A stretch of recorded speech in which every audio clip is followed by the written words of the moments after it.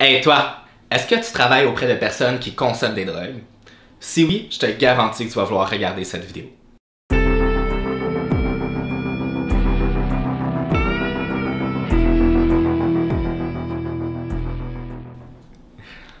Miels Québec, en partenariat avec la coopérative de solidarité SABSA, vous offre maintenant la possibilité de suivre une formation visant à distribuer des bandelettes de détection du fentanyl.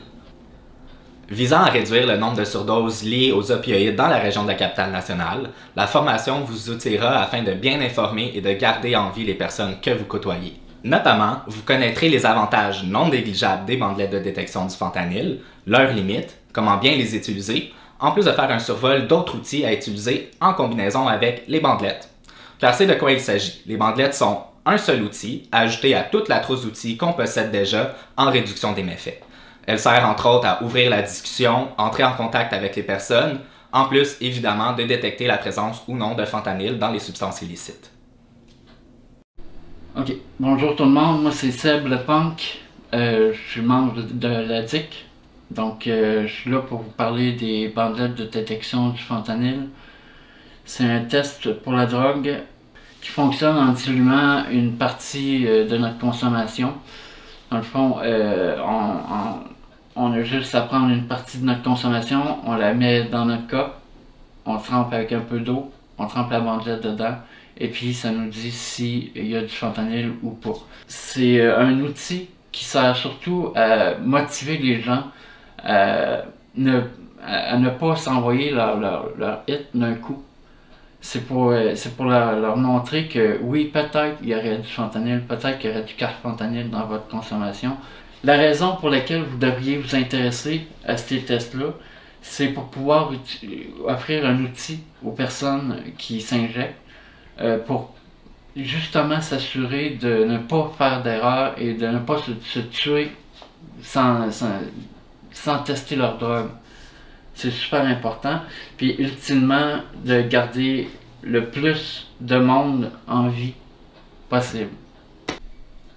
C'est aussi un produit qui est gratuit, puis qui est offert pour la santé publique, puis qui devrait d'ailleurs être offert dans la plupart des organismes qui sont de près ou de loin avec les toxicomanes. C'est-à-dire que moi, ce que je préconiserais, c'est que ce soit offert dans les organismes.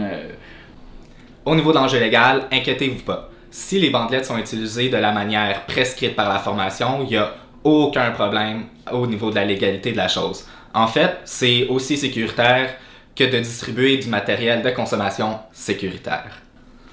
Certaines d'entre vous connaissez déjà les bandelettes de détection du fentanyl, peut-être même que vous les utilisez déjà dans le cadre de votre travail.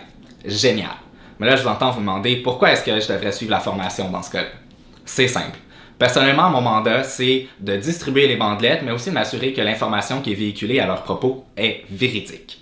Donc, ça veut dire que je suis très bien documenté, en plus d'avoir échangé avec de nombreuses personnes, soit qui consomment elles-mêmes des substances, ou avec d'autres intervenantes, travailleurs, travailleuses du milieu, qui ont aussi une expérience, une expertise à ce sujet. Donc, avec toutes ces informations-là, moi, je suis capable de vraiment bien vous informer, vous apporter différentes perspectives. Puis si vous-même, vous avez de l'expertise sur le sujet, ça va me faire plaisir d'ouvrir la discussion et qu'on puisse partager ça à toutes les personnes qui suivent la formation. Puis j'encourage tous les intervenants, tous les travailleurs de rue, tous les gens qui sont en lien avec les toxicomanes de venir faire cette formation-là parce que c'est une formation qui est primordiale.